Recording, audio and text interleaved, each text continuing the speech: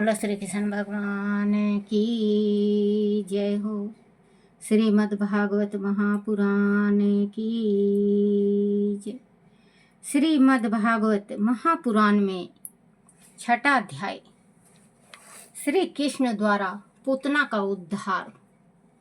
श्री सुखदेव जी ने कहा, परीक्षित, नंद बाबा जब मथुरा से चले तब मार्ग में उनके मन में तरह तरह की शंकाएं उठने लगी। वह तीव्र गति से छकड़ों को हाँकने लगे। मन ही मन उन्होंने भगवान श्री हरि का स्मरण किया और उनसे रक्षा की गुहार की। उन दिनों पूतना नाम की एक भयानक राक्षसी कंस के कहने पर ब्रज में नवजात शिशुओं को ढूंढ ढूंढ कर मारती घूम रही थी। वह आकाश मार्ग से कहीं भी जा सकती थी और अपना रूप बदलने में वह माहिर थी। रूप बदल कर ही वह गांव गांव घुमा करती थी। जब नंद बाबा मथुरा और गोकुल के मार्ग में ही थे, पूतना गोकुल पहुंच गई। उसने नंद बाबा के यहाँ पुत्र जन्म उत्सव की बात सुन ली थी। उसने एक अति सुंदर स्त्री का रूप धारण करके अपने स्तनों पर भयानक विष लगा लिया और चलती हुई नंद बाबा के घर में घुस गई। वहां एक सुंदर पालने में उसने कृष्ण को लेटे हुए देखा। श्री कृष्ण तो अंतर्मयी थे। वह तत्काल पूतना के आने का उपदेश समझ गए, किंतु यशोदा और रोहिणी नहीं समझ सकी।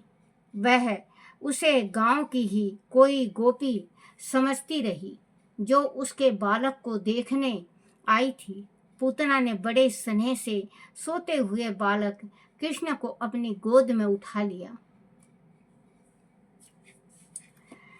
और दुलार करने लगी। तभी उसने नजर बचाकर अपना एक स्तन कृष्ण के मुख में दे दिया।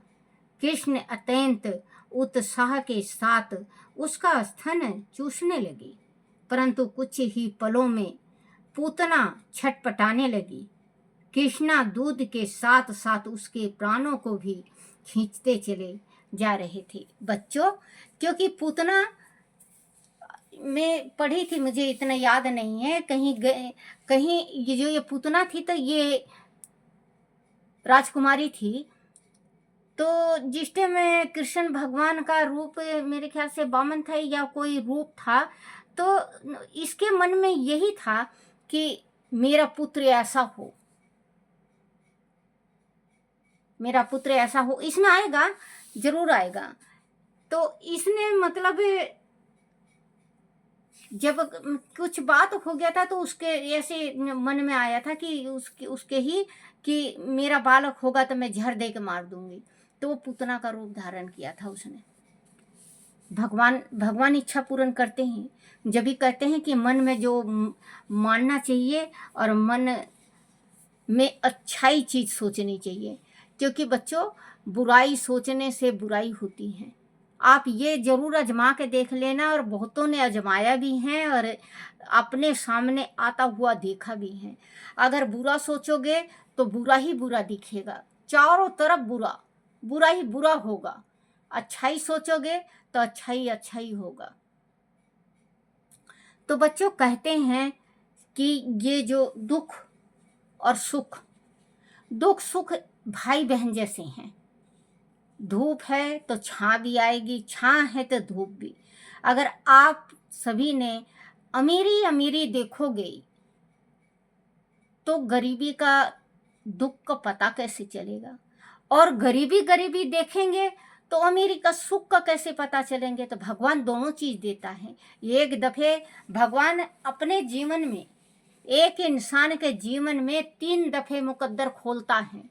3 दफे मुकद्दर खुलता है एक इंसान का, हर एक इंसान का 3 दफे मुकद्दर खुलता है। मुकद्दर में राजा से रंक बन जाए, रंक से राजा बन जाए, वो अपने हाथ में होता है। जिस टाइम मुकद्दर खुलता है उस टाइम अगर धन माया आए तो बच्चों माँ लक्ष्मी को संभाल के और इज्जत के साथ रखो। ये ना हो कि आज हम उड़ा रहे हैं, कल हमारे पास रोटी का भी लाला पड़ जाए।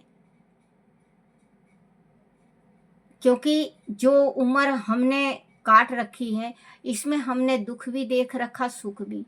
एक समय ऐसा भी था बच्चों, जो हम 2-2 दिन तक भूखे रह जाते थे।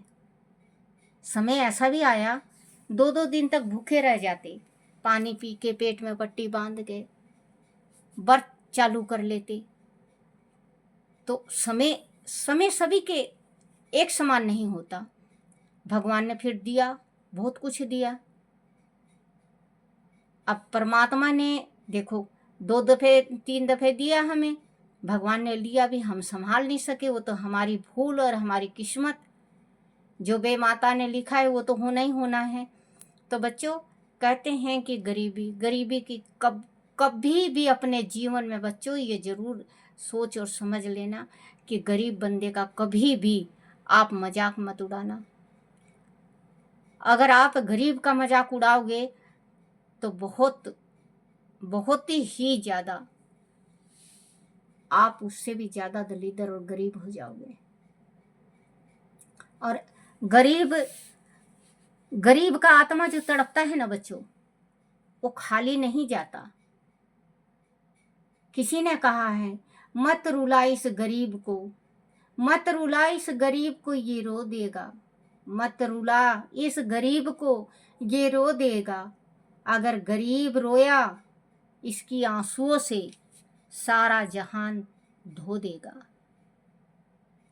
क्योंकि बच्चों गरीब का आंसू में वो शक्ति होती है जो तबाह कर दे। गरीब के मुस्कुराहट में वो शक्ति है जो आपको आबाद कर दे। अब देखो गर्मी चल रही है, प्याऊ लगाओ, मटका ले लो 2, रोज नित्य नेम सवेरे भर के आओ। एक मटका लो, उसका ढक्कन ढक के, और एक पानी वाला गिलासी और 2 गिलास आप रख के आओ। ये पुण्य कमाओ बच्चों। इसमें कोई मेहनत नहीं है, इसमें खुद का मेहनत है। आप का ज़्यादा से ज़्यादा 600-700 रुपये खर्च होगा मटकों में, और पानी जो भर के आओगे रोज आपका मेहनत है, तो भगवान फल देगा। फल क्यों नहीं देगा? 1000 जने पानी पिएंगे तो आपको फल मिलेगा। क्योंकि प्यासे को पानी पिलाना चाहिए। किसी भजन है एक, कभी प्यासे को पानी पिलाया नहीं, अब अमृत पिलाने से क्या फायदा। कभी भूखे को रोटी खिलाया नहीं, अब हलवा खिलाने से क्या फायदा। मैं तो गंगा गया, मैं तो जमुना गया, गंगा नहाते हुए ये ख्याल आ गया। कभी माँ बाप की सेवा की ही नहीं, अब गंगा नहाने से क्या फायदा। अब गंगा नहाने से क्या फायदा। मन को धोया नहीं, तन को खूब धोया, अब जाने में पापी बने तो क्या। क्योंकि जब बंदा मन को धोया नहीं, तन को खूब मसल के धोता है, सेंट लगाता है, अब आत्मा जब पापी बन गया तो फिर क्या डरना। अब कहते हैं कि इंसान अपने माँ बाप की सेवा करता नहीं और तीर्थ जाता है। एक बात ये सोचो बच्चों, लाखों बंदे ऐसे हैं, लाखों बंदे ऐसे हैं अब भी इस संसार में, 100 करोड़ की आबादी में लाखों करोड़ों बंदे ऐसे हैं जो कि माँ पिता की सेवा करते नहीं, तीर्थ जाते हैं, गुरुद्वारा जाके सेवा करेंगे और सत धन धन सतगुरु चले जाएंगे। एक बात ये बताओ बच्चों, आपके गुरु ये ज्ञान नहीं देते होंगे कि अपने माँ बाप को लात मार के मेरे पास आओ, क्योंकि जो गुरु हैं सबसे पहले माता पिता गुरु हैं। माँ बाप नहीं होते तो हम नहीं होते। माँ बाप की सेवा करो, तीर्थ जाने की कोई वो नहीं है। बच्चों आप नित्य नेम सुबेरे उठ के अपने माँ बाप के चरण धो के और माथे में लगाओ। आप तीनों जो तीर्थ कहते हैं ना, चारों धाम, चारों धाम, चारों धाम रोज करोगे। माँ बाप को तो चाह नहीं मिलता, जाके मंदिर में घंटी बजाते हैं, घंटी बजाएंगे, खूब घंटी बजाएंगे, तो वो उस घंटी का क्या फायदा।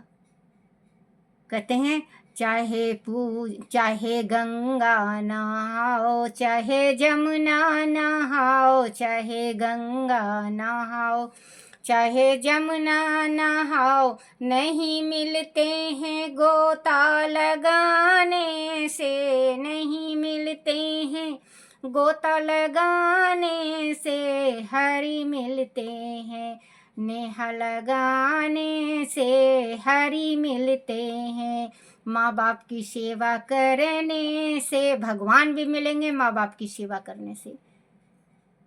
आज आपके माँ बाप को आप धिक्कार दे रहे हो, कल आपके बच्चे आपको। एक बच्चों एक बात मुझे ये नहीं समझ में आता, कभी कभी मैं यही सोचती हूँ कि आप अपने माँ बाप की सेवा किए नहीं, कभी किए ही नहीं माँ बाप की सेवा, हमेशा लात जूत मारते रहे, तो अपने बच्चों से आप इच्छा क्यों रखते हो कि आपके बच्चे आपकी सेवा करेंगे। आपको नहीं रखना चाहिए। जैसे आपने किया है, आपने एक, देखो बच्चों, एक बीज बोते हैं हम, गेहूं का एक बीज बो दें, जिस टाइम गेहूं होगा एक बाल निकलेगी, 2 बाल निकलेंगे, एक बाल 2 बाल जरूर निकलते हैं, उसमें 100 दाने निकलते हैं बच्चों, एक बीज में 100 दाने निकलते हैं। किसी चीज का बीज डाल दो, तो आज आपने बीज डाला है, एक पुत्र है आपके पास, तो 100 अवगुण आएंगे, सतगुण नहीं आएंगे, 100 अवगुण आएंगे, क्योंकि आपने अपने माता पिता की सेवा की नहीं। तो क्या फायदा, इस दुनिया में आने से कोई मतलब नहीं। भगवान श्री राम जी जिस टाइम हुए, उस टाइम श्री राम जी ये धरती का जग देखो, पहले शंकर भगवान इस धरती पे जिस टाइम आए और माँ पार्वती के साथ शादी किया, तो इन्होंने घर बसा के हमें ये ज्ञान दिया कि गृहस्थी इसको बसाना कहते हैं, और ऐसा गृहस्थी बसना चाहिए। शिव जी ने ये शिक्षा दी। श्री राम जी ने माता पिता की सेवा और आज्ञाकारी बन के इस संसार को ये बताया है कि माँ बाप की सेवा करने से क्या मिलता है। और कृष्ण भगवान ने दोस्ती का बताया है, कृष्ण भगवान ने दोस्ती का बताया है कि दोस्ती कैसे किसके साथ करना चाहिए और कैसे करना चाहिए और कितना प्रेम करना चाहिए और क्या क्या त्याग करना चाहिए। तो भगवान जो हमें बताए हैं, तो उस मार्ग पे हम क्यों नहीं चलते, माँ बाप की सेवा क्यों नहीं करते, माँ बाप को क्यों धिक्कारते हैं, माँ बाप को क्यों उल्टी सीधी। बच्चों मैं एक बात कहूं, आज पति पत्नी होते हैं तो इतना दर्द नहीं होता, जब पति पत्नी होते हैं तो इतना दर्द नहीं होता दिल में, जब पति चला जाए और माँ रह जाए अकेली और उस माँ को आप कुछ बोलते हो तो माँ किसके आगे रो के सुनाए? क्योंकि आजकल एक एक बेटे हैं सबके, किसी किसी के भगवान के यहाँ 2 बेटे हैं, नहीं तो एक एक मिलेंगे। तो वो माँ किसको सुनाए रो के? उसका आत्मा का आह मत लो बच्चों। बाप है, बाप को बोलते हो बेसहारा है, पत्नी नहीं है, बेटा आप सहारा हो, लेकिन आप बोलते हो, लात मारते हो, धिक्कारते हो, किससे कहे? शर्म से औरत मर जाती है कि अगर मैं बाहर कहूं तो मेरे बच्चों की बदनामी होगी। पिता ये सोचता है मैं अपने बेटे का कहूंगा तो बाहर दोस्तों में इसकी बेइज्जती होगी। दोनों घुट घुट के मर जाते हैं जब साथी साथ छोड़ के चला जाए और एक अकेला रह जाए उस टाइम। तो बच्चों कहते हैं पत्नी को भी प्यार करो, माँ को भी प्यार करो। अगर पिता नहीं है तो जितना पत्नी को प्यार कर रहे हो माँ को भी पूछो, माँ रोटी खाए? माँ, वो माँ को तो देखो जिस माँ ने तैयार कर आपको, आपके गुरु मूत्र साफ किया, नाक साफ किया, आंख साफ किया, नुहाया धुआया, टेम पे खिलाया। आज आप, कल आप बच्चे थे उसके, आज वो बुजुर्ग हो गई, उसका बच्चा बुद्धि हो गया है। आप ये सोचो कि मेरा बेटा बेटी जैसे हैं, मेरा भगवान है, मेरा गुरु है, मेरा गरुड़ है, मेरा अभिमान है, मेरा स्वाभिमान है, मेरी माँ है, मेरा पिता है। आप ये सोच के एक दफे सेवा करके देखो, आपको फल ना मिले तो कहना दादी झूठ बोल रहे हो आप, 100 का 100% सच है। और अगर मेरे मुंह से कुछ निकल गया हो बच्चों तो मुझे माफ कर देना। बोलो श्री कृष्ण भगवान की जय। पूतना छटपटाने लगी। कृष्ण दूध के साथ साथ उसके प्राण को भी खींचते चले जा रहे थे। पूतना अब उसके मुख से अपना स्तन छुड़ाने का प्रयत्न करते हुए चिल्लाने लगी। रोहिणी और यशोदा घबरा कर उसकी ओर दौड़ी, लेकिन अत्यधिक पीड़ा से व्याकुल होकर पूतना अपने असली राक्षसी रूप में आ गई। उसके विकराल रूप को देखकर यशोदा चीखने चिल्लाने लगी। तभी पूतना नीचे गिर पड़ी और कृष्ण उसकी विशाल छाती के पास खेलने लगे। राजन पूतना और उसके भयानक शरीर को देखकर सभी ग्वाल वालों की घिंगी बंद गई। सभी डर कर इधर उधर भागने लगे। उसे की चीख और चिल्लाहट से तो सभी के कान फटे जा रहे थे। उसी समय गोपियों और यशोदा ने देखा कि बालक कृष्ण तो उनकी छाती पर निर्भय होकर खेल रहा है। यशोदा ने शीघ्रता से आगे बढ़कर बालक को पूतना की छाती के ऊपर से उठा लिया। उस समय तक पूतना यमलोक सिधार चुकी थी। सभी ग्वाल बाल उसके चारों ओर एकत्र होकर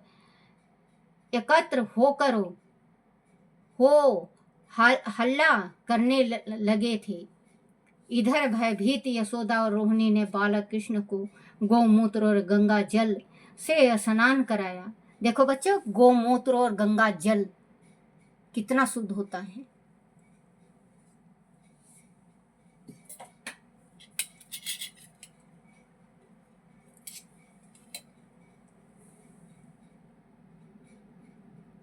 श्री कृष्ण गोविंद हरे मुरारी, हे नाथ नारायण वासुदेव।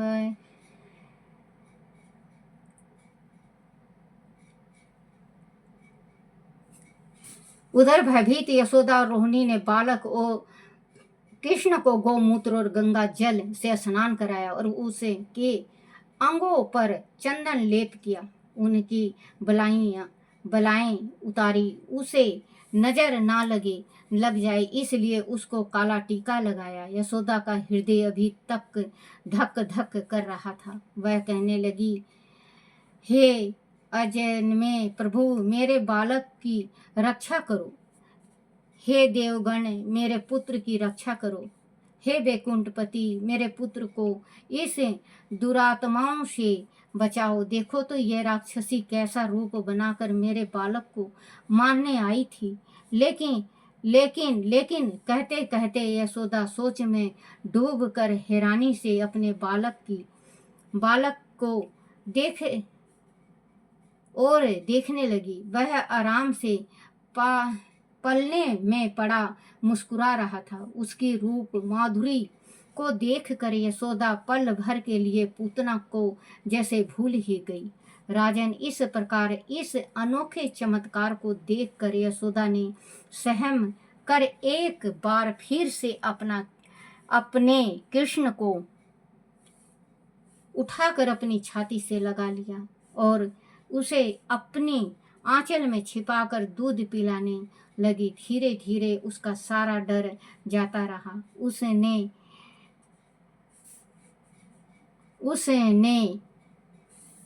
घर के भीतर ले जाकर उसे सुला दिया और पास में ही बैठकर उसका मुख निहारने लगी।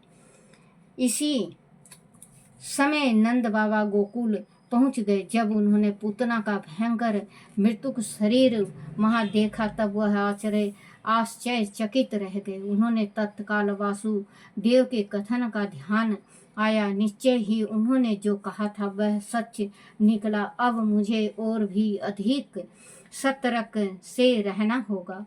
उन्होंने ग्वाल बालों को एकत्र करके गांव के बाहर एक बड़ी चिता तैयार कराई और पूतना को खींच कर उस चिता पर डाल दिया तथा उसमें आग लगा दी। जब उसके शरीर जलने लगा तो उसमें से अंगार की सुगंध धुएं के साथ उठने लगी।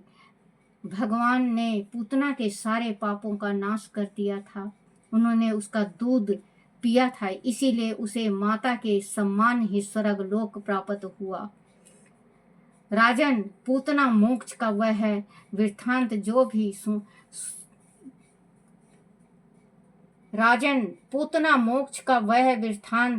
जो भी सुनता है उसका भगवान के प्रति प्रेम बढ़ जाता है। बोलो श्री कृष्ण भगवान की जय हो। श्री कृष्ण गोविंद हरे मुरारी, हे नाथ नारायण वासुदेवाय, हे नाथ नारायण वासुदेवाय, हे नाथ नारायण वासुदेवाय। बोलो श्री कृष्ण भगवान की जय हो। आरती श्री भागवत भगवान की है आरती, पापियों के पाप को है तारती। आरती श्री भागवत भगवान की है आरती, पापियों के पाप को है तारती। बोलो श्री कृष्ण भगवान की जय हो। हे मेरे कान्हा, हे मेरे बंसी वाले, हे मेरे गिरधारी, मेरे से कोई भूल हो जाए, गलती हो जाए, कोई टूटी रह जाए, मुझे क्षमा करना, क्षमा करना, क्षमा करना। अपने अपने माता पिता की जय, अपने अपने गुरुदेव महाराज की जय हो। छोटे से लड्डू गोपाल की जय हो। श्रीमद् भागवत महापुराण की जय हो।